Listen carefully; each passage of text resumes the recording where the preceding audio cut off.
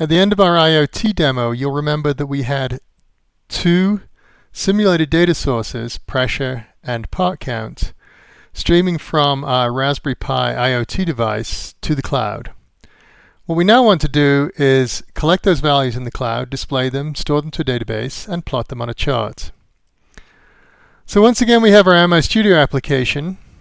Here, instead of an IoT target, we have a cloud AWS target. And again, there are some parameters to populate, but those are really just plug and play from the Amazon console. As usual, we'll put something on the screen so we can see the values. Here again, we'll just add a couple of enunciators. And we'll copy those to our diagram window.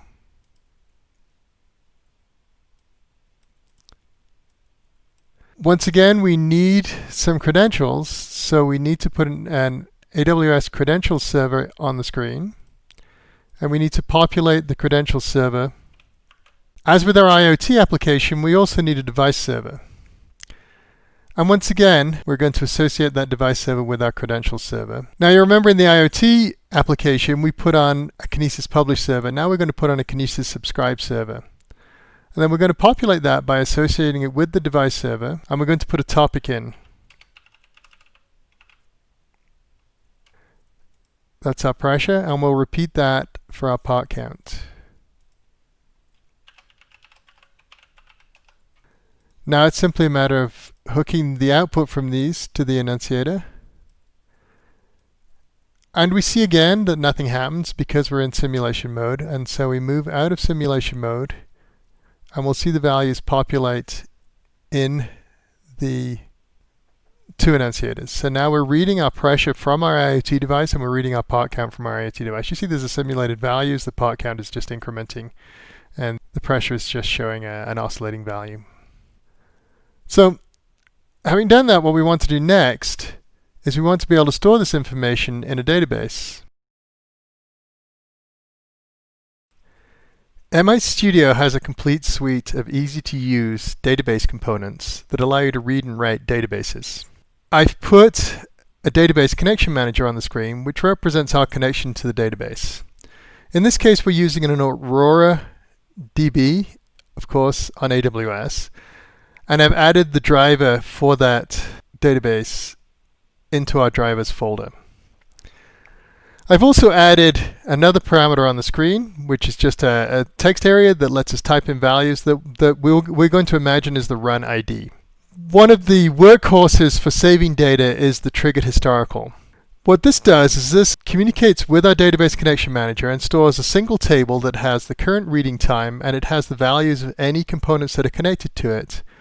And it's stored whenever the component is triggered. The component can be triggered on an alarm, it can be triggered on a value received, it can be triggered for any reason. One of the most common reasons is certainly to trigger it on a time base. And so what I'm going to do is I'm going to simply connect my pressure and my part count into the input of this component.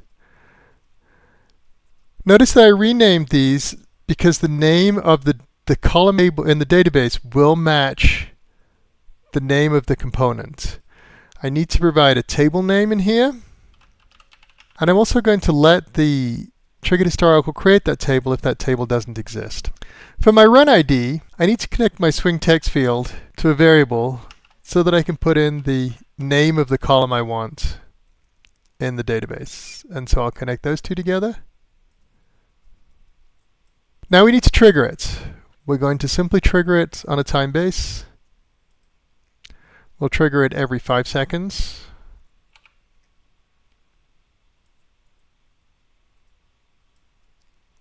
And in just a few seconds, we should see that line go green so that we can see that we're storing data to the database. And that's all there is to saving data. A table is now being created with the value of our pressure, our part count, and our run ID in it.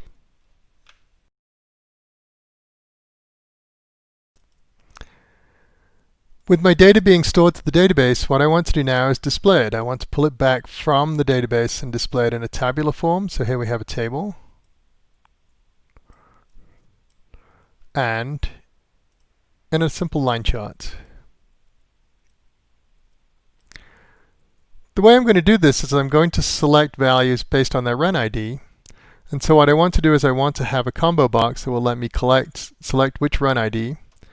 And I'm going to have a button just to allow me to update that combo box. So let me take all these components and we'll copy them to the diagram window. And then we can start working on the logic. Reading data from the database is as easy as sending data to the database, but now what we want to do is, instead of having a triggered historical, we're going to read an array. What we're going to read is all the run IDs. And again, we connect that to our database connection manager. And here we have to populate a SQL statement, and I'm just going to read all the run IDs for that from that table. And that will happen whenever I press the button to trigger a read of the database.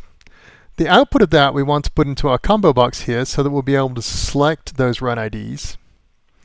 And having selected those run IDs, we want to be able to execute a SQL statement against the database. And here we have a table lookup. We connect it to our connection manager, and we populate it with a SQL statement. We want to read the reading time, the pressure, and the part count from the history table, and we want to do it where the run ID has the value that came out of the combo box. So now we hook these together.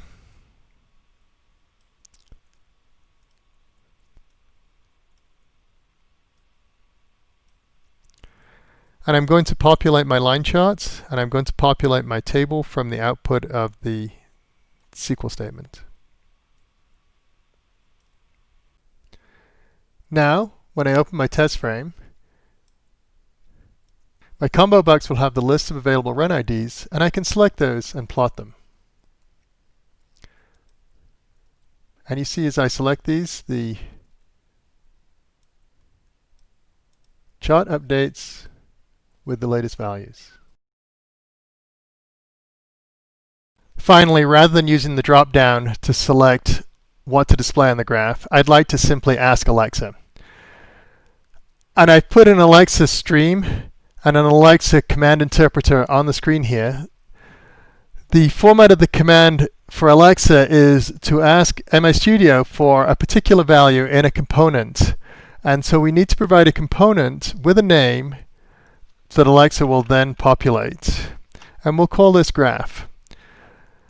So this component will get the value that we ask Alexa for, and we'll feed that into our lookup and into our display so that we can see what was actually received. So now it's just a matter of me asking Alexa, Alexa, ask MI Studio app for test 345 in graph.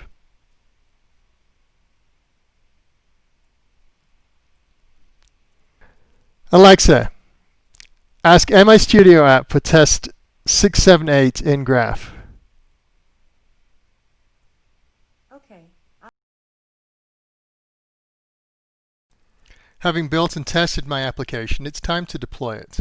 Before I do that, I'm going to lay out the application so that I have a responsive design for my web pages.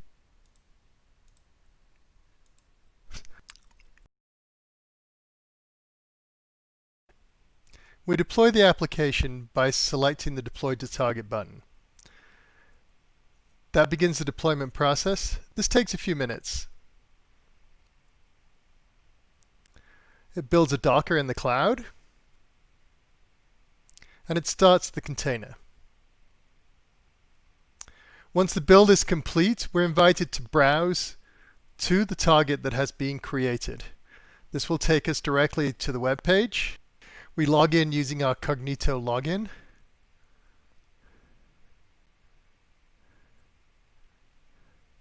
And after a successful sign-in, we'll see our main application page.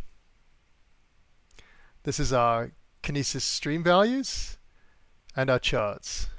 We can choose a new chart and we'll see it displayed on the screen. The application is responsive, so as the screen size changes, we'll see the application's change size to match that.